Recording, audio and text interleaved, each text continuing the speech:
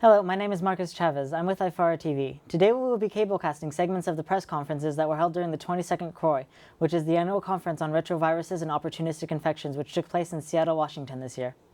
This segment will be presented by Susan Buchbinder, who is with the University of California, San Francisco. Susan will be giving a basic overview of what will be taking place at the CROI this year in regard to several clinical prevention studies. So it's an incredible year for HIV prevention, and the way that I kind of characterize this is that we've been in prevention 1.0 for 30 years. For the first 30 years of the epidemic, we had three pillars of HIV prevention. They were public health campaigns, HIV testing, and condom promotion. And we've been pretty much stuck there until about 2010, when we've really moved into prevention 2.0, and we've got some very highly effective biomedical prevention interventions. And those three are pre-exposure prophylaxis, treatment as prevention, and circumcision. And there's a lot that's being presented on each of those. There's a plenary tomorrow morning by Rafi Landowitz, who will be speaking about PrEP. That's the first plenary to set us off at CROI 2015. Then there's going to be, in the morning session, three very important efficacy studies that will be presented.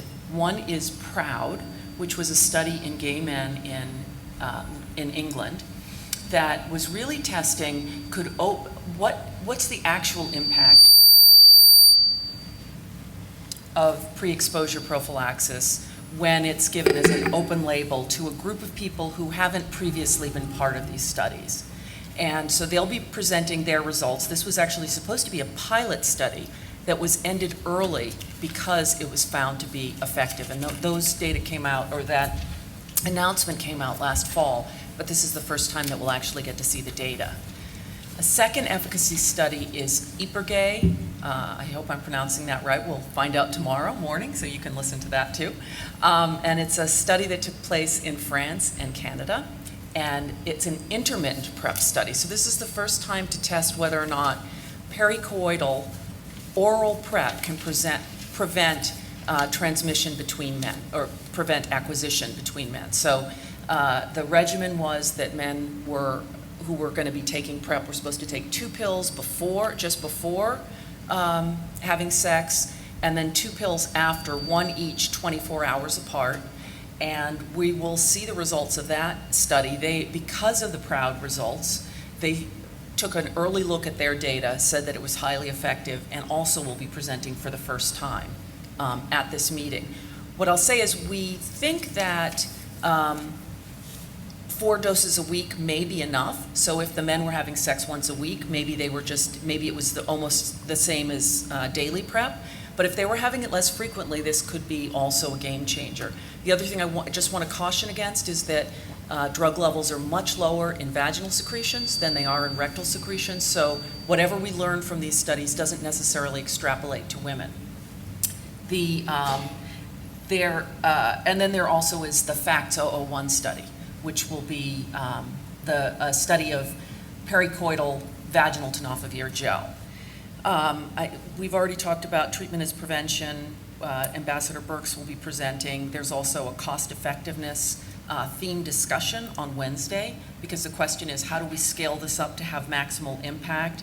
And Rick Elian will be speaking in Wednesday afternoon symposium about how we most effectively use treatment as prevention. And then in terms of the circumcision, there will be a session tomorrow morning that at the first oral session on viral shedding, HIV shedding in HIV-positive men who are circumcised. And the issue has been that we know that circumcision protects men from acquiring HIV infection through insertive sex, but what we have not known is whether or not it reduces the risk of transmission to their partners. And so this is really a look at viral shedding.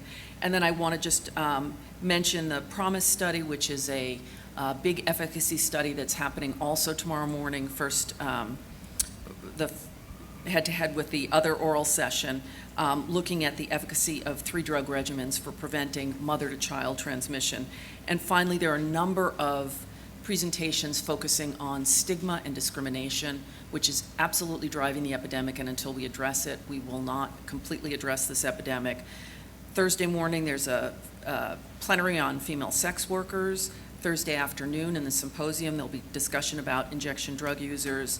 Steph Baral will be presenting in a symposium, I believe it's on Wednesday afternoon, maybe it's Tuesday afternoon, I have to check, about men who have sex with men across sub-Saharan Africa. And Jeff Crowley will be speaking about criminalization of HIV and the ramifications of that. So that's a whirlwind through HIV prevention. There's going to be a lot this year.